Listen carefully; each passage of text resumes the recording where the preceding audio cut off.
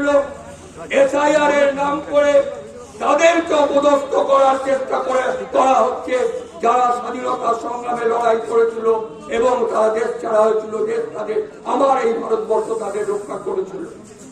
ষড়যন্ত্রের পর ষড়যন্ত্র চলছে। সেই ষড়যন্ত্রের একটা প্রধান বিষয় মূলে আঘাত করার চেষ্টা করছে। যে স্বাধীনতা সংগ্রামের মূল বীজ মন্ত্র ছিল বন্দে মাতরম, সেই বন্দে মাতরমের ওপর আঘাত আসছে, বঙ্কিমচন্দ্রের ওপর আঘাত আসছে। তার বিরুদ্ধে আমরা বাঙালিরা চুপ করে থাকবো না।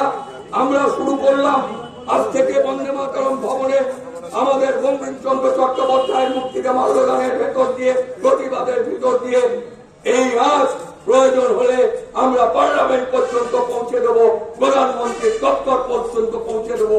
দেখবো ভারতবর্ষ সরকারের কত ক্ষমতা আছে আজকে বাঙালিদের এই লড়াই বন্ধ করে রোববার চেষ্টা করে।